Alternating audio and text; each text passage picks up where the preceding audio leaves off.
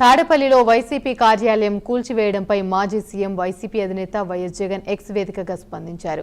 ఈ సందర్భంగా ఆయన సీఎం చంద్రబాబుపై తీవ్ర విమర్శలతో విరుచుకుపడ్డారు.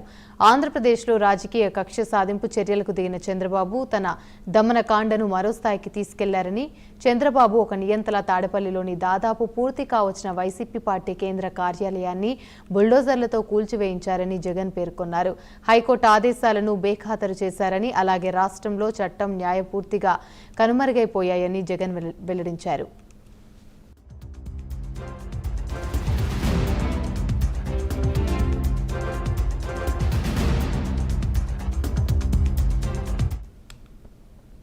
ఎన్నికల తర్వాత చోటు చేసుకుంటున్న హింసాత్మక ఘటనలతో రక్తాన్ని పారిస్తున్న చంద్రబాబు ఈ ఘటన ద్వారా ఈ 5 ఏళ్ల పాటు పాలన ఏ విధంగా ఉండబోతుందనేది హింసాత్మక సందేశాన్ని ఇవ్వకనే ఇచ్చారని జగన్ పేర్కొన్నారు.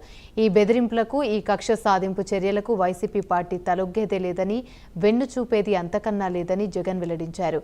ప్రజల తరపున, ప్రజల కోసం, ప్రజల తోడుగా గట్టి పోరాటాలు చేస్తామని, దేశంలోని ప్రజాస్వామ్యవాదులంతా చంద్రబాబు దుశ్చర్యల్ని ఖండించాలని కోరుతున్నామంటూ జగన్ ట్వీట్ చేశారు.